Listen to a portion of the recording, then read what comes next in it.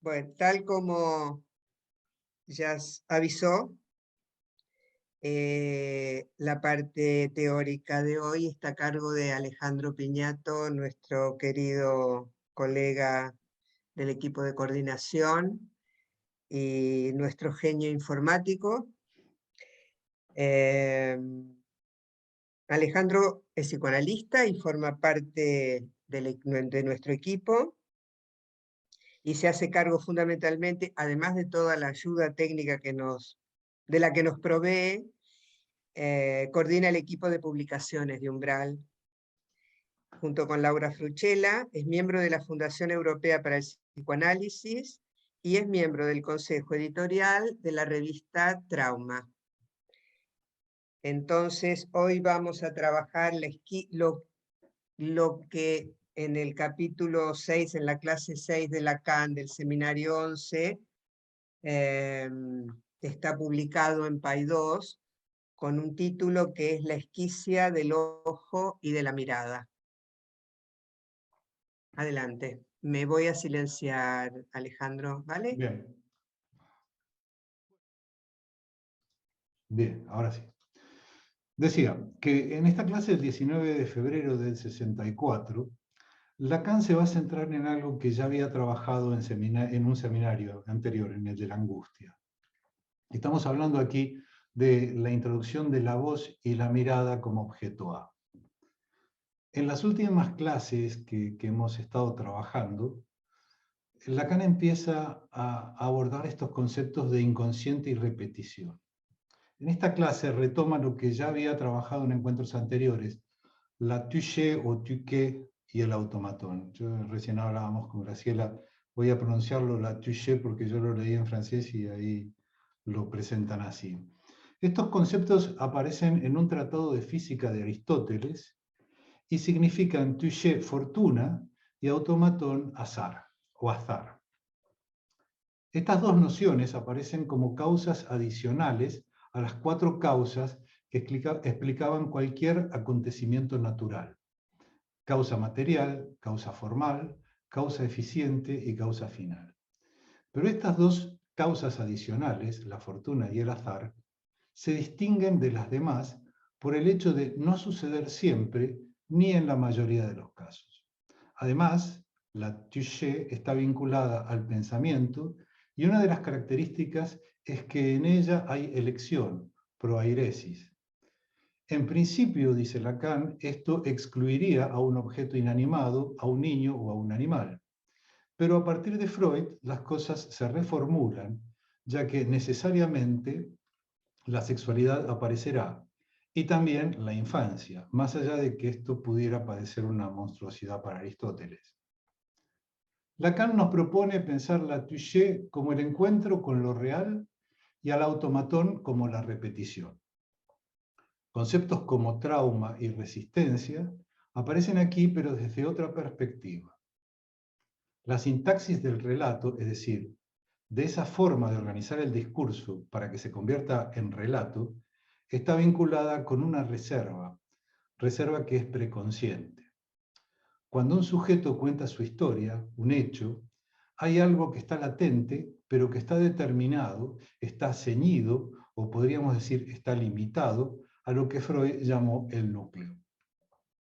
En Freud, el núcleo está vinculado a un hecho traumático, y aquí Lacan nos propone ir más allá, sobre todo distinguiendo entre lo que podríamos considerar como resistencia del sujeto, pero para ello tendríamos que considerar a un sujeto supuesto, es decir, un sujeto que podría ir más del lado de la psicología. La propuesta en esta clase es considerar a ese núcleo como algo que está designado como real. Este real nos lleva a pensar en la percepción, dice Lacan, por la sensación de realidad que la autentifica. Se refiere aquí al despertar. Y volvemos a retomar este sueño tan paradigmático que ya Lacan había trabajado en clases anteriores. En el relato de ese sueño hay una realidad, que el anciano cuidador se había quedado dormido, que se había caído la vela, que la mortaja estaba ardiendo y que el resplandor despierta al padre. Más allá de lo terrible de este sueño y de la interpretación que hace Freud acerca de la culpa que sentía el padre, hay algo más y que es del orden de la touché, algo que está vinculado a ese despertar, en el cual podemos situar el encuentro con lo real, es decir, con aquello que no podrá ser representado por significantes. Pero trabajando sobre estos dos conceptos, también nos lleva a la escena primaria. Y la pregunta que surge es, ¿por qué resulta tan traumática la escena primaria? Es aquí donde señala que hablamos de lo fáctico.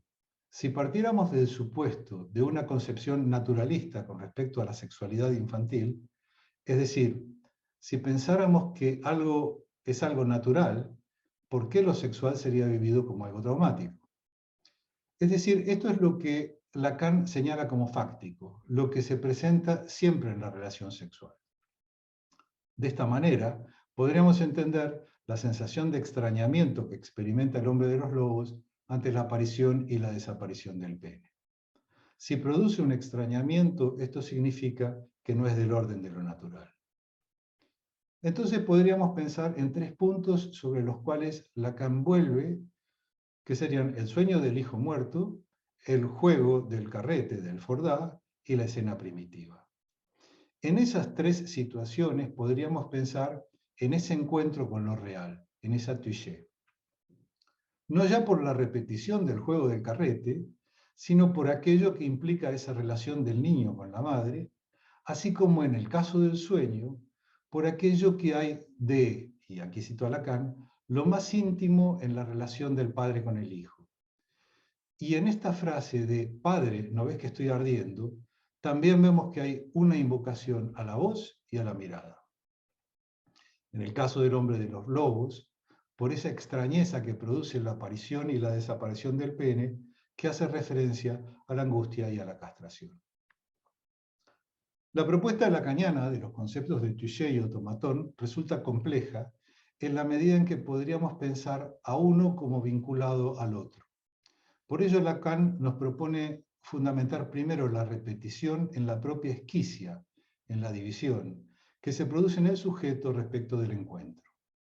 De esta manera, podemos concebir a esa esquicia como la dimensión característica del descubrimiento y de la experiencia analítica, que nos hace, dice Lacan, aprender lo real en su incidencia dialéctica como algo que llega siempre en mal momento. En este punto nos parece interesante señalar que este seminario tiene particular relevancia en la medida en que se produce después del corte, de la separación. Tal vez convendría recordar que Lacan dicta estos seminarios para psicoanalistas.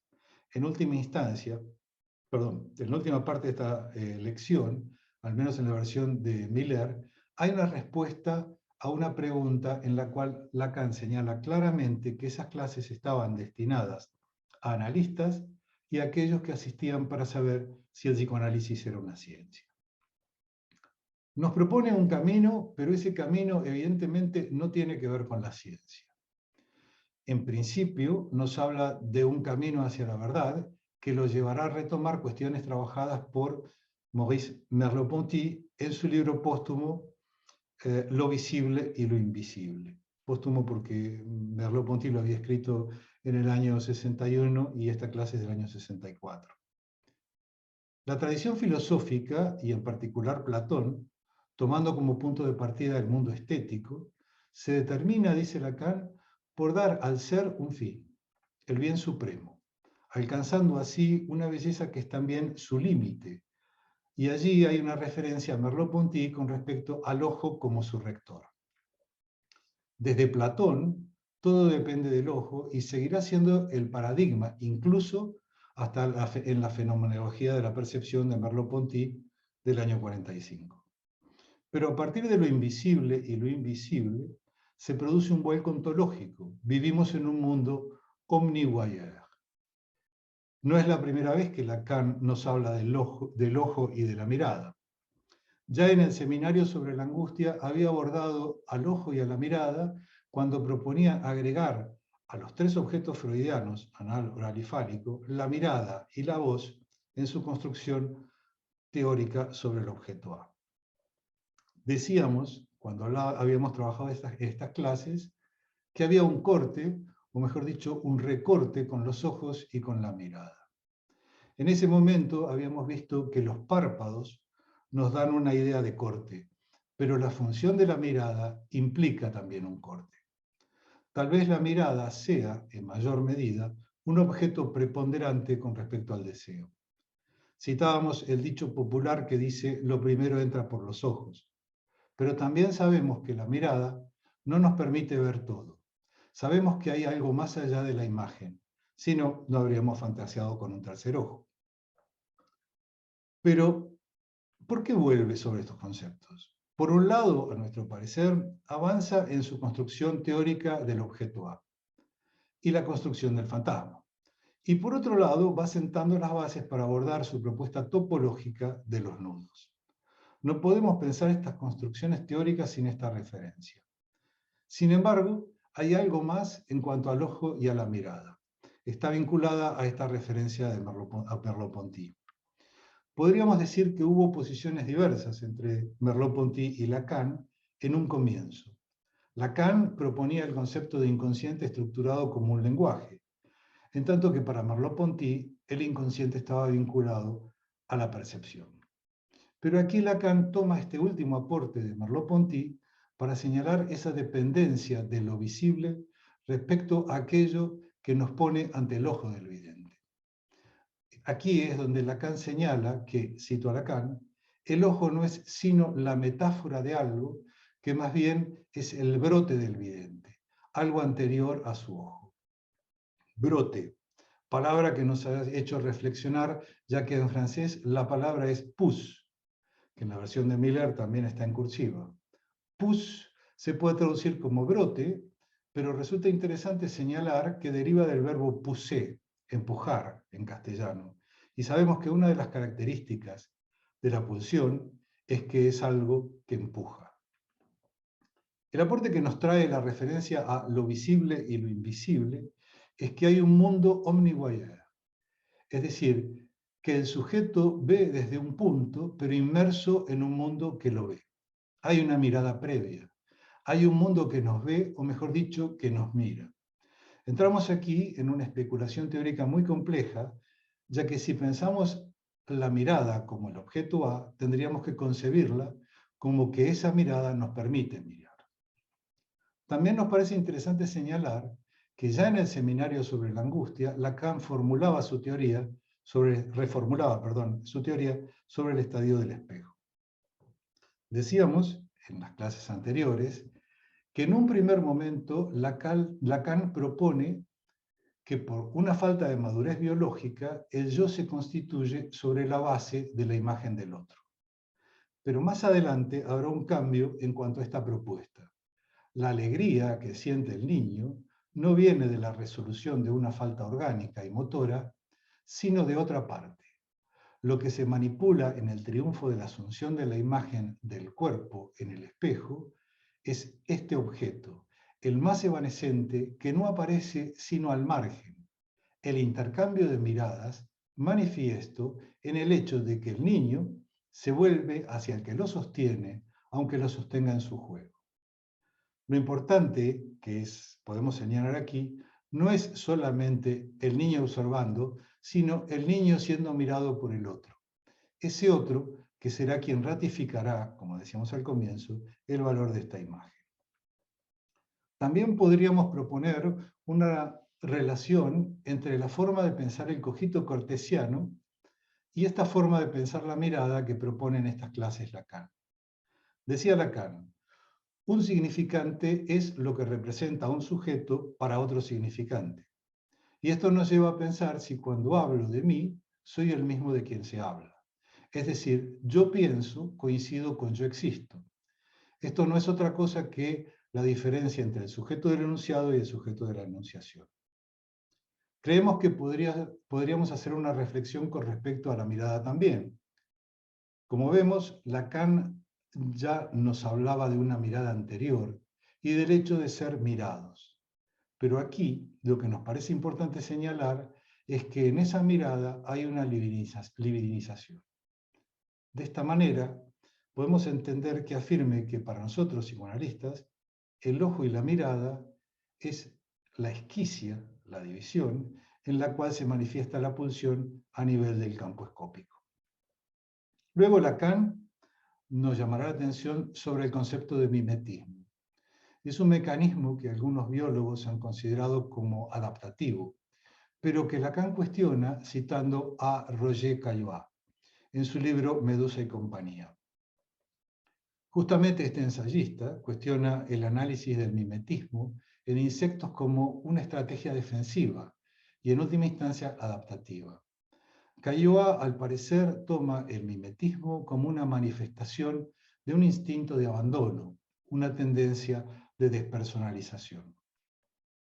Lo llamativo, al menos en lo que hemos estado investigando, es que en su última etapa este pensador se opone al marxismo, al psicoanálisis y al estructuralismo, inspirándose en Popper. Pero Lacan cita a este ensayista para hablar de otra cosa. Nos habla de una manifestación mimética que puede evocar los ocelos, palabra que tiene dos acepciones. Por un lado, se refiere a órganos de algunos insectos formados por células fotosensibles. Pueden percibir luz, pero no imágenes. Y en la segunda acepción son pequeñas manchas redondeadas en las alas de un insecto, en las plumas de un ave o en la piel de un pez, de un mamífero. Por ejemplo, las manchas de las alas de las mariposas o las manchas en las plumas del pavo real. Esta doble acepción de ocelo nos permite pensar en esa separación compleja entre la función del ojo y la mirada. Esta esquicia es compleja porque resulta difícil pensar un concepto sin el otro. Pero Lacan utiliza este recurso para definir la función de mancha. Vemos lo complejo que se torna esto, ya que por un lado hay ocelos que podríamos acercar al concepto de ojo, aunque los ocelos no perciben imágenes, solo luz, y la mancha está pensada, está propuesta como una función. Podríamos entenderla como aquello que interroga, que nos invita a buscar qué hay más allá de lo que el ojo ve. Es del orden de la mirada. Pero esa función de la mirada puede ser evitada, y el ejemplo que pone Lacan es el de la joven Parca de Valéry, en el hecho de, al verse ver, se produce un escamoteo, es decir, hay algo de lo que se ve que no se ve. Justamente, al hablar de un mundo omnivoyeur, lo es en la medida en que aquel que es mirado no siente que lo es, no se da cuenta que es mirado.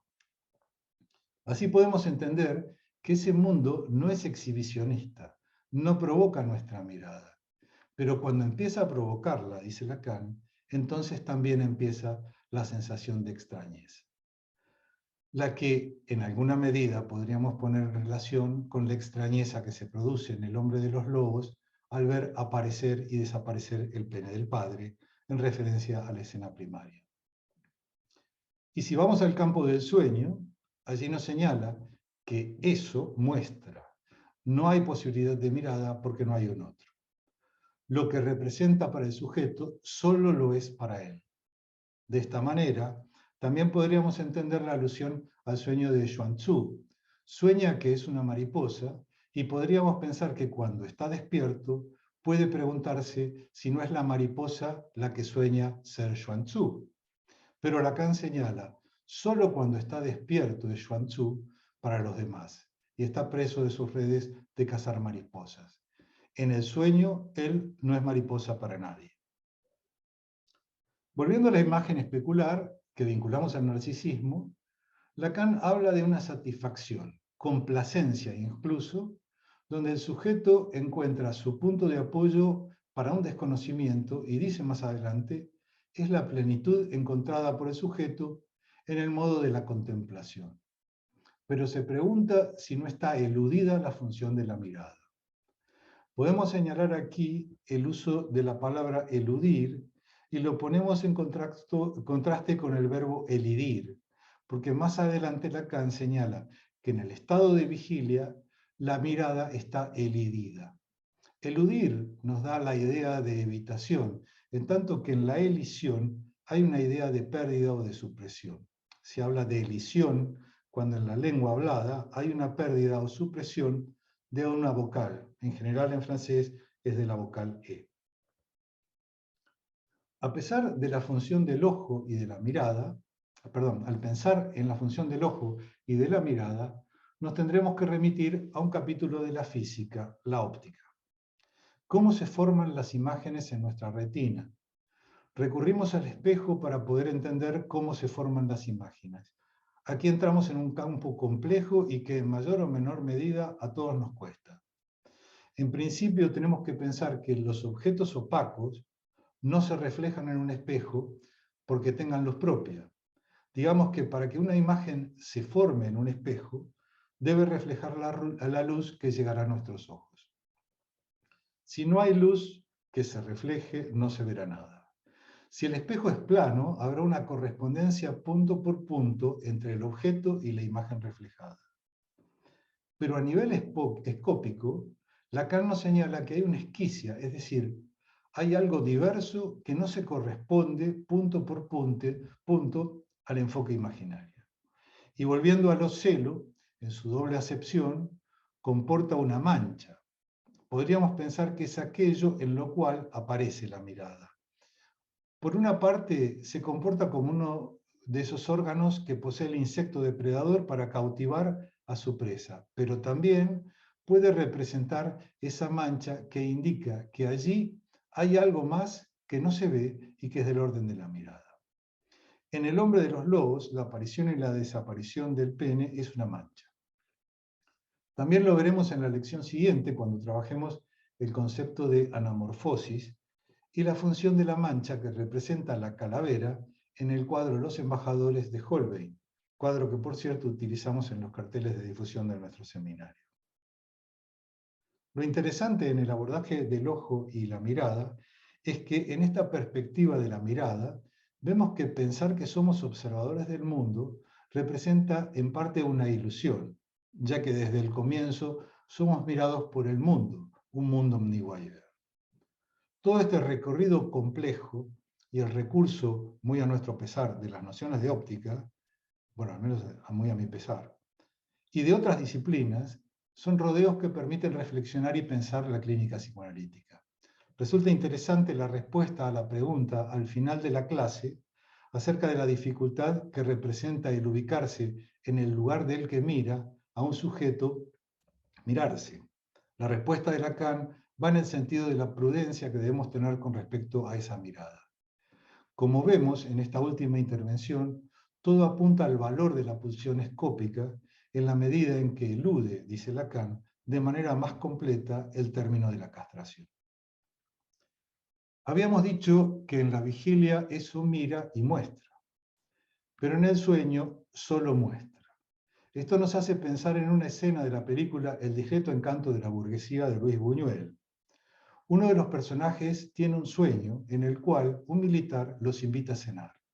Van a un edificio apuntalado, endeble, donde todo es de utilería. Hay un extrañamiento en los integrantes del grupo.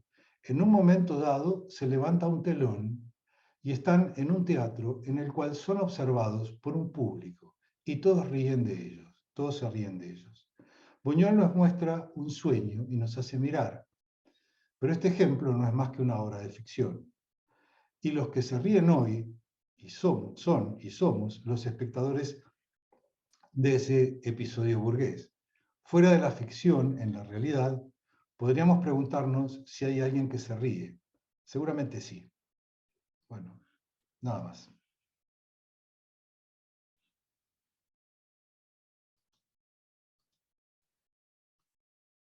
Muchas gracias, Ale. Qué bonito este ejemplo del cine. Bueno, vamos a abrir los turnos de palabra. Quienes quieran comentar alguna cosa. Graciela ya ha levantado la mano. Muy bien, adelante. Yo le he dado audio. Muy bien, gracias. Adelante, Graciela. Puedes abrirte el micrófono, Graciela. Si Ahora, no te da, ya ahora. está, sí. Ok. Bueno, gracias Alejandro, me ha gustado mucho tu manera de presentar esto. Y tengo digamos, un comentario y luego una pregunta. El comentario es que a pesar de que está presentado a partir de digamos, de los conceptos de Aristóteles, Sujet y automatón, realmente como dos cosas que se añaden a las cuatro causas, me parece que es importante que los dos términos en el diccionario griego tienen la acepción de azar, los dos términos, y que Lacan, aunque los explica así, no hay uno sin otro, porque lo que se repite es el mal encuentro, digamos, eso es muy importante, porque lo que se repite en realidad son las modalidades del fantasma, ¿no? El fantasma de ese primer encuentro que él dice va más allá de Freud, pero que en realidad es como caracterizar al trauma originario como lo real, ¿no? Lo que yo quería comentar y que tú me dieras tu opinión es lo que dice, somos mirados por el mundo. Somos mirados por el mundo es un poco una cosa paranoica, porque la mirada, que está por el lado del deseo, solo es de las personas, y ahí el lenguaje. Las cosas, a menos que uno esté un poco payán, no nos miran, porque la mirada implica una pulsión y un deseo de mirar. Me parece que aquí hay como un desliz que me gustaría que lo comentaras. Bueno, Muchas cosas para decir, pero aquí me detengo. Ya. Yo esto al menos lo entiendo y por eso hago la referencia a esta reformulación del estadio del espejo que Lacan hace en el seminario 10, en la medida en que hay un otro, ¿no es cierto?, que es previo, digamos, así como hay un otro del lenguaje que es previo, no es el sujeto el que construye el lenguaje, también el sujeto no es observador, está dentro de un mundo que observa. Esto es la forma, digamos, de entenderlo yo. No lo pienso desde el lado de ser mirado o ser observado por todo un mundo. Evidentemente, sí, y más en la época en que vivimos, hay un mundo de la imagen y de la observación y del ver sin ser visto. Sí, pero no por las cosas. No, lo que pasa es por que los otros. Sí, lo que yo interpreto de lo que dice aquí Lacan es de que no es el sujeto el que mira y observa, no es el observador, está en un mundo que observa y que muestra y que señala algo. Por eso yo también lo relacioné un poco con esta reformulación del cogito cartesiano, ¿no? Es decir, cuando yo estoy hablando de mí, soy yo el que habla de mí y soy yo.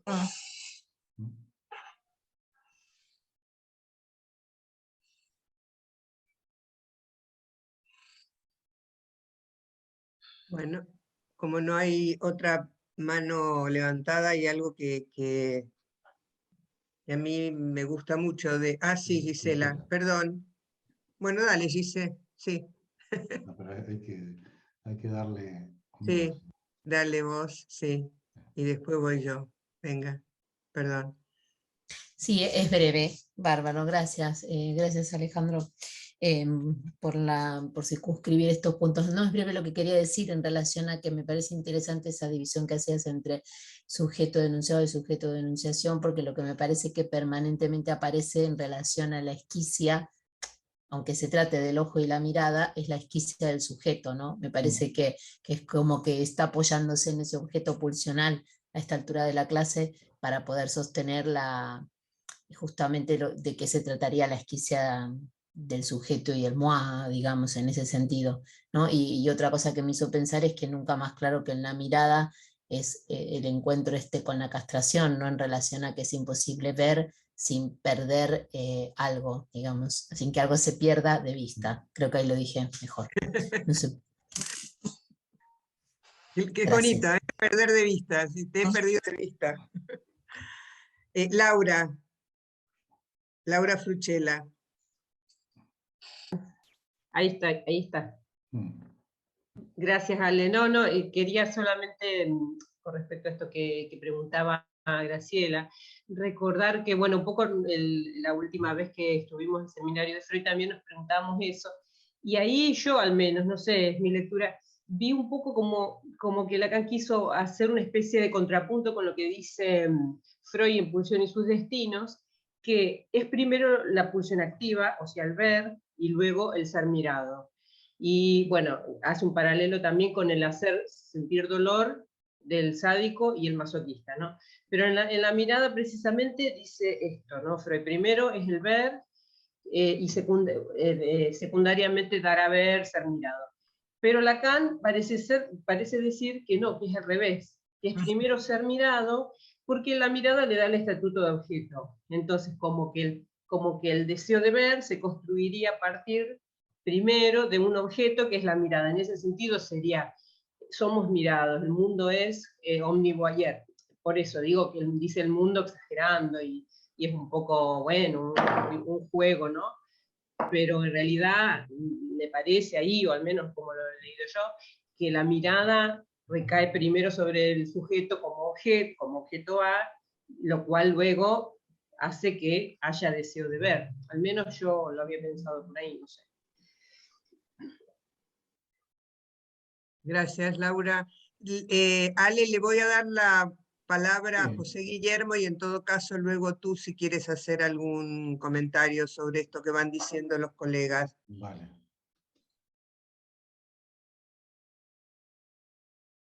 Tienes que darte audio. Ah, de nuevo.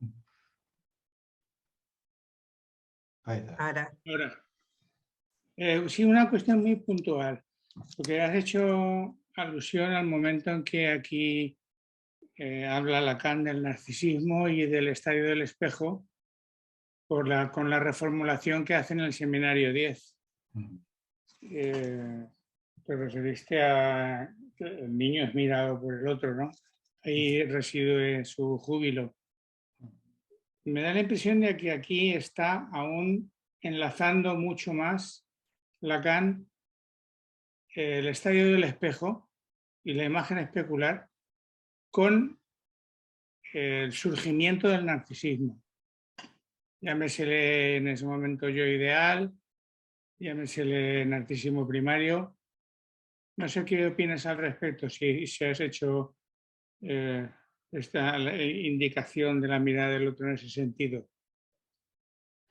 Porque en ese sentido sería tanto en relación al deseo del otro, la mirada del otro estaría ahí fundando la imagen especular como el mismo narcisismo. Bueno, eso era. Yo creo que en un primer momento, digamos, porque esta presentación del estadio del espejo, Lacan creo que lo hace en el seminario 1 o en el 2. Y estamos hablando de los primeros seminarios que hace Lacan. Y él lo reformula en este seminario que es del 60, creo que el seminario de la angustia es del 61, creo, o del 62. Sí. Por lo cual hay un tiempo, digamos, donde Lacan, aparte para mí, a mi modo de ver, lo que intenta hacer es salirse de una posición en la cual el sujeto sería el que construye su propio yo, por esta falta de madurez en la imagen del otro, como para decir que, bueno, que el sujeto está determinado por el otro, que en este caso lo puede representar el otro de la madre, ¿no? Es decir, cuando se mira en el espejo, no es que él se reconoce y que él puede constituir su yo por verse en el espejo, ¿no es cierto?, o verse en la madre, ¿no?, sino porque el otro es el que le certifica o le garantiza de que él es él, ¿no? Es decir, cuando la mira la madre y sonríe el crío, o a la madre o a quien esté, ¿no? Porque ahora podría estar con otra persona, no necesariamente con la madre. Entonces, esto es como yo lo entiendo. Ignacio. Nada, muchas gracias. Sí. Sí, Ignacio. Sí, te tienes que activar el audio, Ignacio.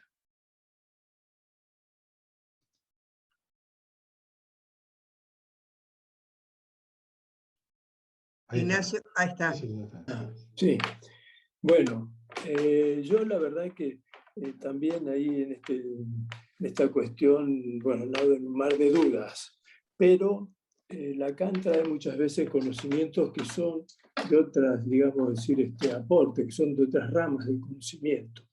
Y leyendo cuestiones de óptica y física cuántica,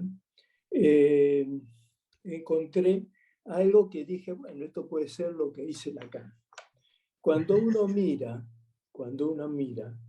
es decir, y después lo llevé a cosas que también estudié en medicina, es decir, cuando uno mira, desde el objeto nos vienen fotones de luz, es decir, y esos fotones se impregnan, es decir, atraviesan nuestra córnea, es decir, el cristalino, llegan a la retina, ahí se impregnan, es decir, y eso, es decir, son fotones que vienen del objeto hacia la persona, hacia el ojo de la persona, ¿cierto? Entonces, es decir, en el mirar interviene que el objeto nos mira, el objeto nos envía esos fotones. Desde ahí entendería yo como que el objeto nos mira. Esto es una explicación que no tiene que ver con lo psicoanalítico y cómo se entiende todo el estadio del espejo, la relación con la mirada de la madre, etcétera, etcétera. Porque ahí, ahí no, yo también estoy un poco como Graciela, me lo planteo, ¿no? No lo entiendo mucho. Pero desde los objetos sí que nos estarían mirando con esos fotones.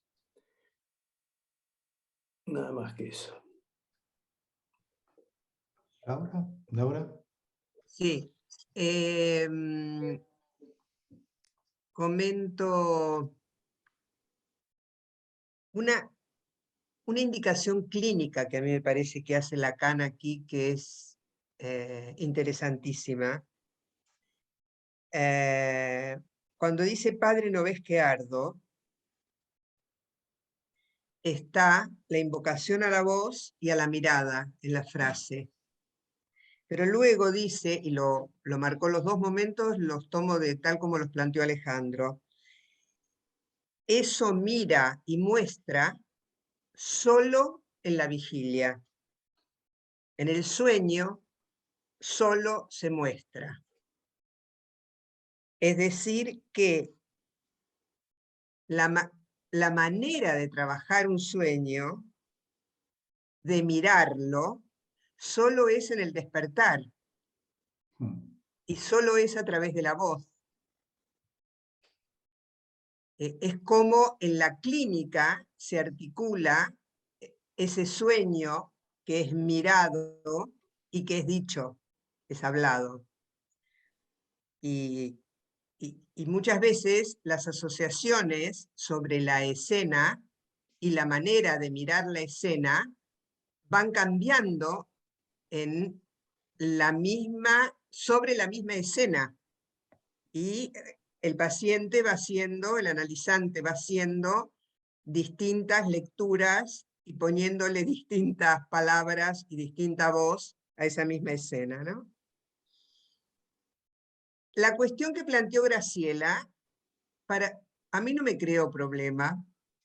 Es cierto lo que dices, ¿no? De que el mundo nos mira, ¿no? Los objetos no nos miran. Yo creo que lo entendí más sencillo, a lo mejor estuve muy reductiva, pero yo pensé, el objeto que nos mira es mamá. Simplemente, ¿no? El objeto de amor, el objeto que te sostiene. No es que me mira el espejo, me mira un elefante, me mira la mesa. No, el objeto que me mira es mi mamá. la que me sostiene ahí delante del espejo, ¿no? Como el objeto de amor. No sé si es muy reductiva la manera de entenderlo, pero yo lo pensé así.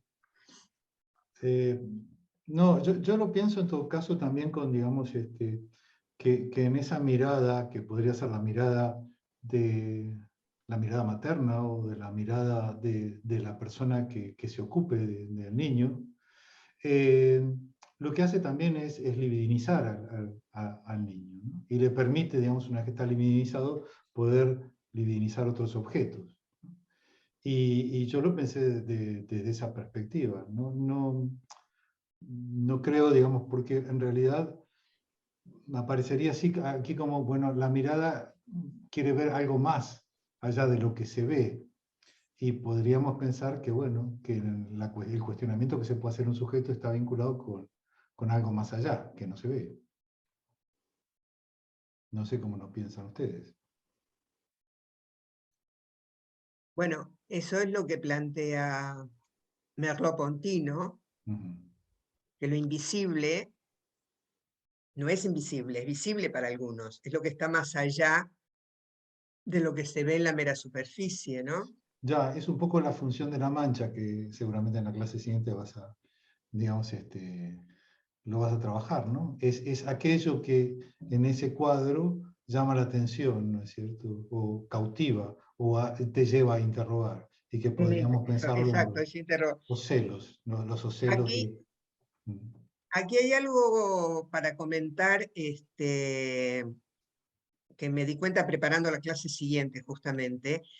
El libro de Merleau-Ponty es muy chiquitito porque estaba escribiéndolo y se murió.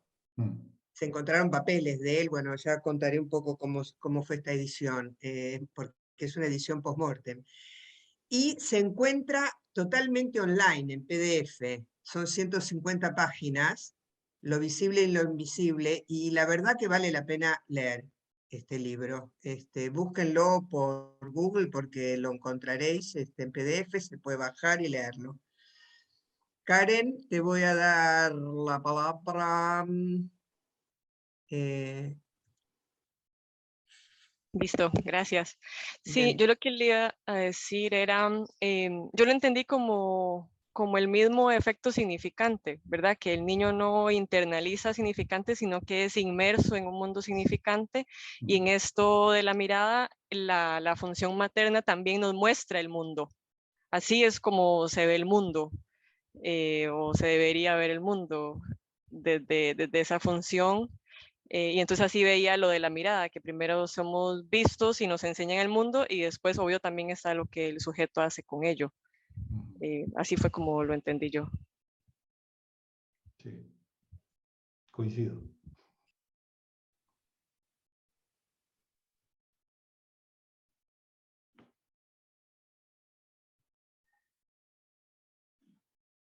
¿Alguien más?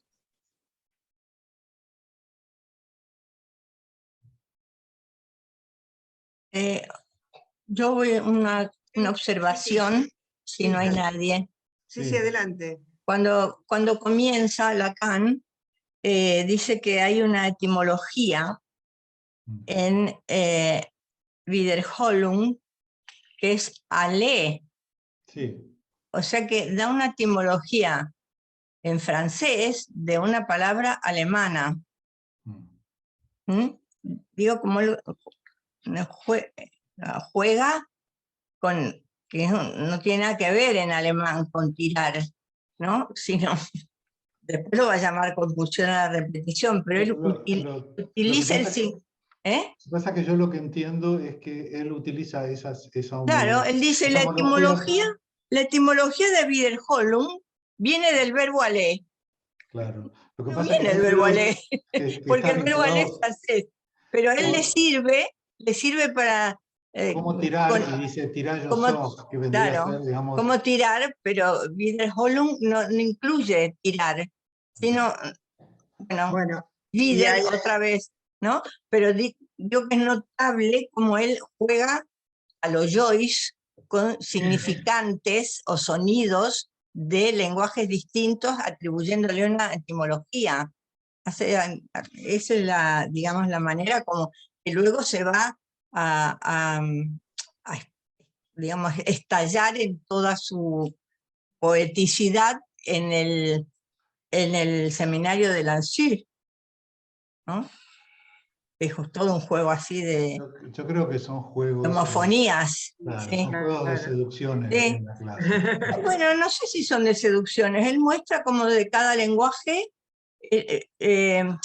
y justamente aquí a lo mejor de seducción en el sentido de que todavía en castellano, y menos en argentino, se ha hecho una buena traducción del francés, porque se habla en una especie de jerga que el Baños Orellana estudió muy bien en el lenguaje de los lacanianos, y nos falta esa, como lo hacía Lacan, de transformar a la propia lengua los significantes de otra.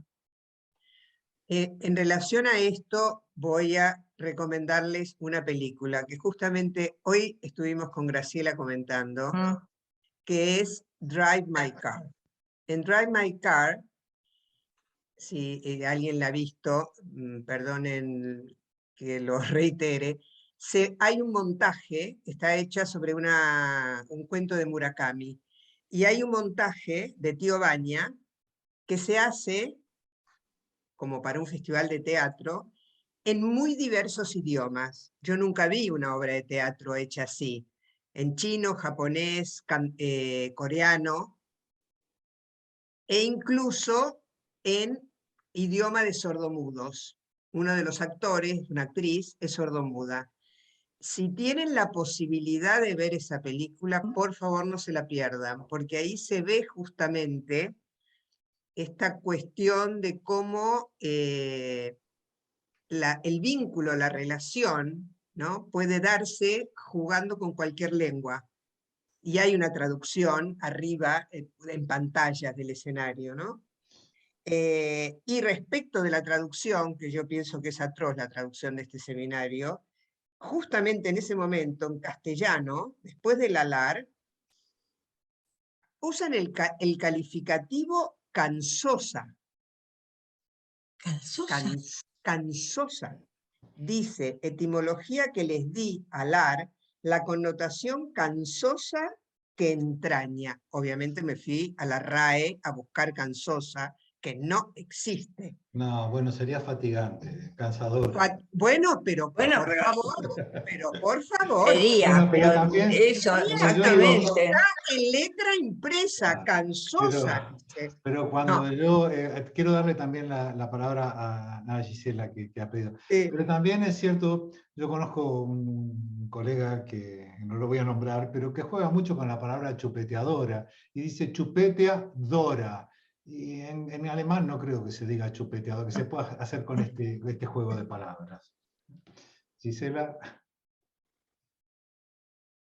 Y en ese caso espero que no me toque por osa, pero digo, ¿no? Bueno, comenzamos con el significado. Te has silenciado de nuevo. No sé por qué. Ahora sí. Ahora, una pregunta que quería hacerle a Alejandro para poder retomar la pregunta de Graciela brevemente. Alejandro, es en esos párrafos cuando trabaja lo del mundo omnivoyer que él se refiere al ejemplo de la lata de sardina, ¿no? No, ahí no. En no es este ahí. capítulo no. En este no. Bueno, porque viste que hay uno en el que sí, y entonces por eso lo asocié con esto que trae Graciela, porque me parece muy interesante su pregunta y porque me puse a pensar en el modo en que yo lo había entendido. Creo que es en un par de clases más adelante, entonces cuando él dice el mundo nos mira y hace ese ejemplo que él trae en relación a estar mirando por la costa, ¿no? Y ver esa lata de sardina brillante, etc. Entonces me parece que el objeto ahí... o yo lo entendí así, ¿no? De alguna manera el mundo o el objeto se vuelve omnivoyero en la medida en que es con su brillo que nos captura, que captura la mirada, que nos llama y nos atrae, ¿no? Es en ese sentido que entiendo que nos mira. Entonces un ejemplo muy típico y femenino es ese cuando uno está parado en la puerta de un escaparate y dice, esos zapatos me miran. Esos zapatos me miran, no me digas que no, esa blusita me está mirando, me está llamando, ¿no? Entonces me parece que es en ese sentido que se produce esta mirada del mundo. Yo no sé por qué, pero la mayoría de las mujeres han sonreído con este ejemplo. Yo creo que se han sentido miradas. Muy, muy apeladas. Bueno, hermosa manera de terminar esta presentación. Muchísimas gracias, Alejandro, y todos Gracias los a que han participado. Bien. Vamos a darle Pero la palabra. voy a dejar de grabar y por eso van a escuchar a esta señorita molesta que dice que dejamos de grabar. Voy